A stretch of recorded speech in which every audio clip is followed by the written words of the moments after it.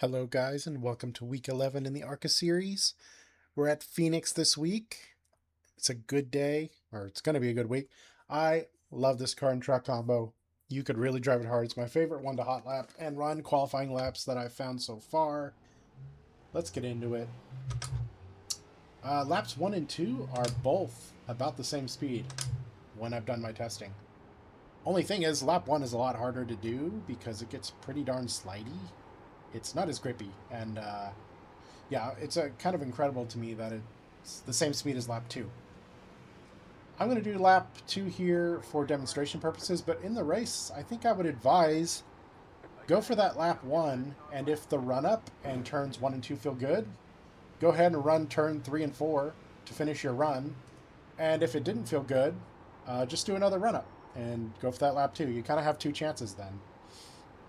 But again, for demonstration purposes, I'm just going to do lap 2 because it's a little bit easier. I'm going to start slowing down and get into this pocket. I like to keep my minimum speed up so I don't have to shift. Just so much rotation in third gear, I don't like it. And I still get easily the same speed, if not faster, this way. I'm going to run a middle-ish line. We're going to just try not to get too loose. We'll see if that's still fast. I feel like I've lost a good amount of speed there.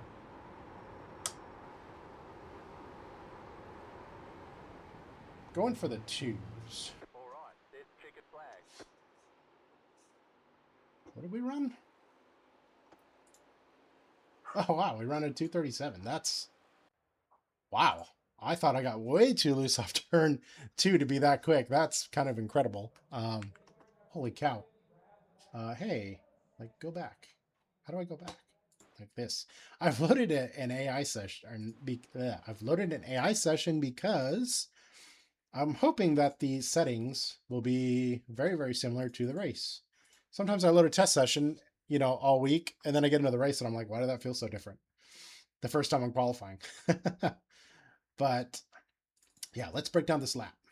You've seen the lap. Now let's talk about it. Geez, didn't go that. Okay, yeah. So, big tip here for me, I don't want to shift into third gear because doing this turn in third gear, trying to put the power down, I don't know. I just lose it, and I never get as fast as if I just stay in fourth gear.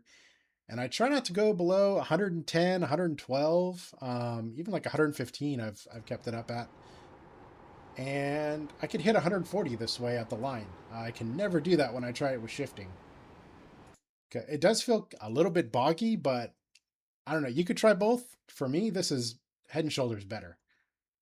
Yeah, I'm easily reaching 140 by the line here. This is actually a really good run up. No wonder that might have helped me. After that, after your run up and trying to cross at this exact moment on the line right there, you're going to be, your next job is to aim the car right, just right of this end of the wall here. Another tip here is if the run up was not what you were hoping and you don't have another chance, if you go down a bit further left, which you should be able to do if your car's not going, you know, as fast, cutting this a little bit more and going at this wall and then maybe just kind of nudging the car left as you pass it makes up time, I've noticed, when I didn't get to the line as quick. But if you're hitting this already as hard as you can, you don't want to try to turn the car more left. Like you're on a good amount of edge here. So yeah, if you hit it good, this line is perfect. You want to go over it. So there's that blue line here. This always ends up being where I end up. I'm not really aiming for it. I've just noticed like, oh, okay, I'm here. So if you're getting here when you're getting up on the track, I'd say you're good. And the only other thing is before you start turning into this wall, I get here a little late. You want to get to this wall and get your momentum, stop it from going outside, you know, through the wall, get it pointed more to the turn. So then when you start turning the car, it's easier to do. It's faster. The weight's going this way instead of that way. You don't have to turn it all the way into the corner. You just have to go from here to here. So that's a lot better. Middle-ish line. I found that this line works for most conditions. Most conditions, it's near about the fastest line.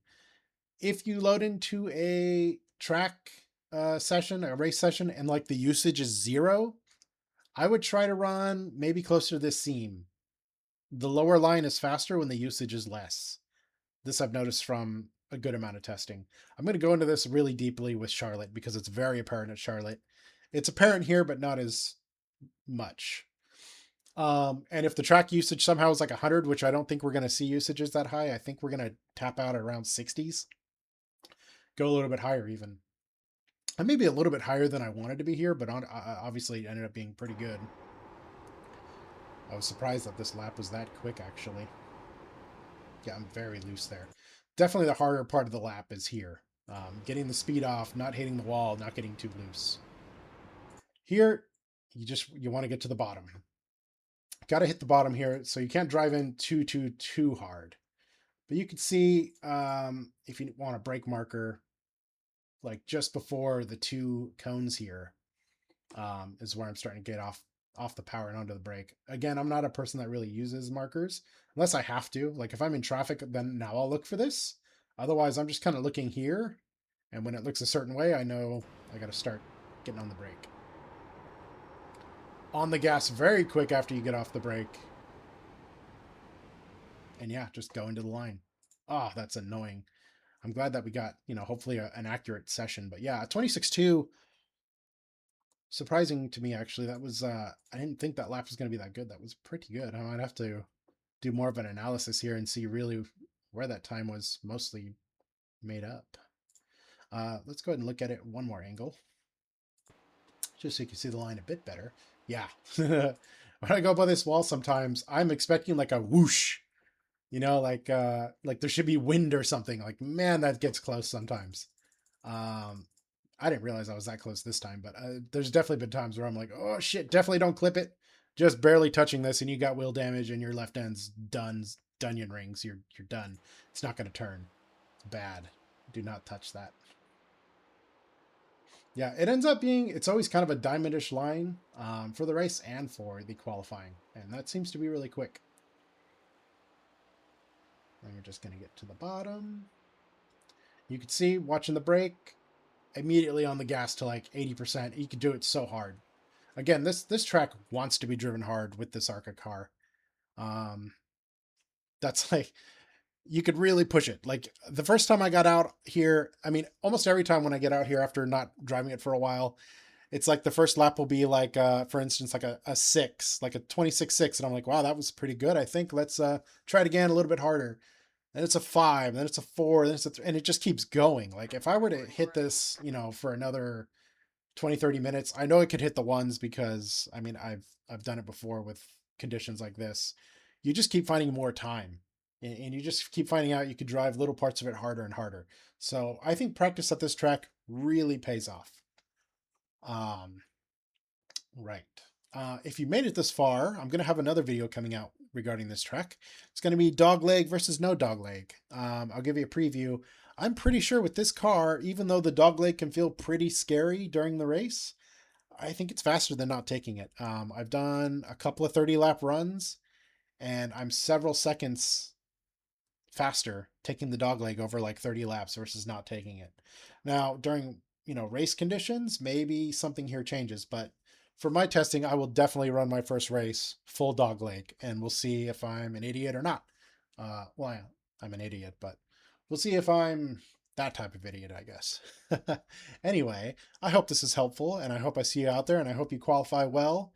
And yeah, I will see you next time. Have a good week.